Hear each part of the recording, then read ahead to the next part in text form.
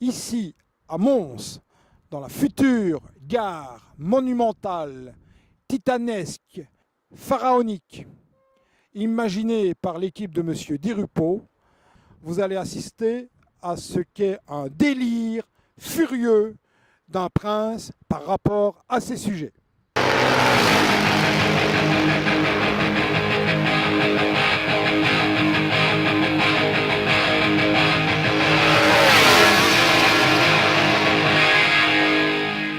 Derrière moi, la gare Calatrava de Liège, la plus belle de Wallonie, une des plus belles d'Europe. Un joyau, un bijou. Oui, mais voilà, cette gare a coûté la bagatelle de 437 millions d'euros. C'est le prix de 3 Airbus. Pendant ce temps, les trains n'arrivent pas à l'heure et la SNCB ne peut garantir aucune sécurité à ses usagers. Il y a là un problème sur lequel nous nous sommes penchés. Monsieur Marette, bonjour. Bonjour. Nous sommes tombés récemment sur un article pour lequel on vous a interviewé, qui est paru dans la Meuse, sur le fait que vous aviez, avec la SNCB, réalisé un appel d'offres pour la structure en acier de la gare Calatrava. Tout à fait. 2 appels d'offres même. Il y a lieu de s'étonner du fait que la question se pose maintenant. Nous sommes en 2013. Donc je me dis, ou bien subitement on a revu, on a fait un contrôle de l'acier.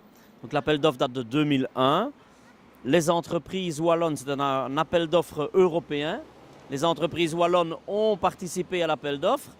Leur prix était largement au-dessus non seulement de l'estimation budgétaire des ingénieurs de la SNCB, mais aussi des autres offres même prises en moyenne. Et donc, par rapport à cela, on s'est dit il y a eu une maldonne. On a donc modifié le cahier des charges en scindant le marché, parce que le premier marché avait été passé pour la verrière et pour la structure métallique. Et donc, nous avons scindé le marché en se disant que c'était 2 métiers différents et que les métallurgistes, qu'ils soient du nord ou du sud, qu'ils soient d'Espagne ou de Pologne, que les métallurgistes n'étaient pas nécessairement des verriers. Et vice-versa, les verriers ne sont pas nécessairement des métallurgistes. Ce deuxième appel d'offres a donné quasi le même résultat, avec une différence de mémoire de 30 millions d'euros plus cher pour l'offre des Wallons. À quoi attribue-t-on l'explosion du budget qui était consacré? C'est parce que tout le monde compare avec le prix initial, non pas du projet de gare, mais du projet initialement prévu pour l'adaptation de la gare existante. Il y avait aussi la volonté de refaire tout le grill. Le grill, c'est toutes ces voies qui s'enchevêtrent, et à partir du moment où cette décision a été prise, tout le temps validé, eh bien le prix a été celui d'une nouvelle gare. Et après, ce prix est celui que tout le monde connaît, 436 millions, 116 millions pour l'infrastructure ferroviaire, c'est les voies, c'est le grill, et 320 millions pour la structure de gare. Quand on compare le budget investi dans la gare et la manière dont les trains circulent, le charroi qui est attribué au sud du pays, est-ce qu'il n'y a quand même pas une disproportion? C'est une bonne question. Il faut savoir que depuis 2005, les entreprises ont été scindées et que la société qui faisait la gare n'est pas la société qui fait rouler les trains.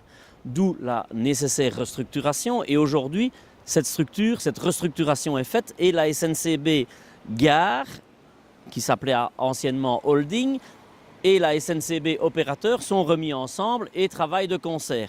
Ça se voit, ou ça va se voir très pratiquement, puisque la Direction Générale des Gares, qui avant s'occupait des 37 grandes gares du pays, va s'occuper des 545 gares et points d'arrêt.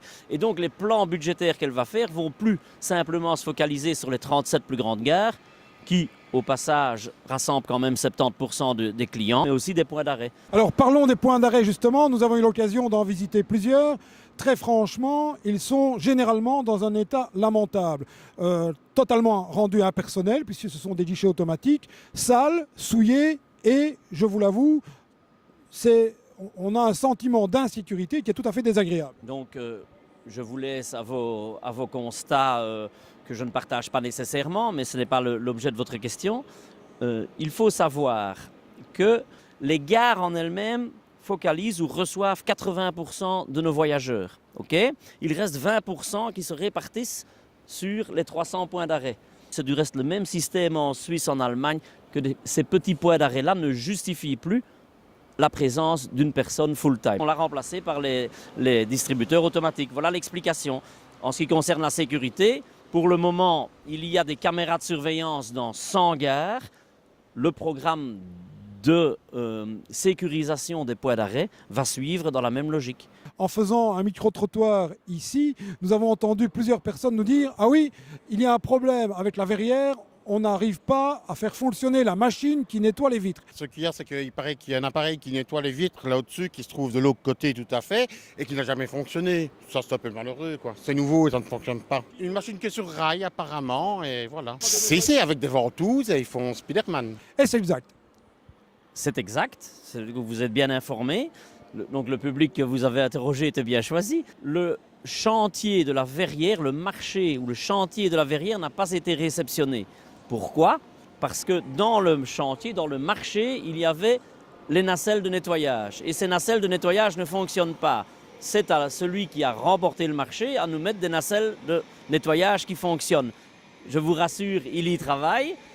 Pour le moment, on profite du fait que les hauts fourneaux soient fermés, parce que quand les hauts fourneaux étaient ouverts, il y avait, avec les vents dominants venant de Serein, beaucoup plus de saleté sur la gare. Pour le moment, nous la nettoyons nous-mêmes parce que l'opérateur ou l'adjudicataire ne le fait pas, donc nous nettoyons nous-mêmes. Je suis à votre service, moi je suis pour répondre aux questions. Mais ça sera avec plaisir. I'm a poor lonesome cowboy. I'm a long, long way from home. This poor lonesome cowboy has got a long, long way to roll. Over mountains, over prairies, from dawn till day's done. My horse and me keep riding.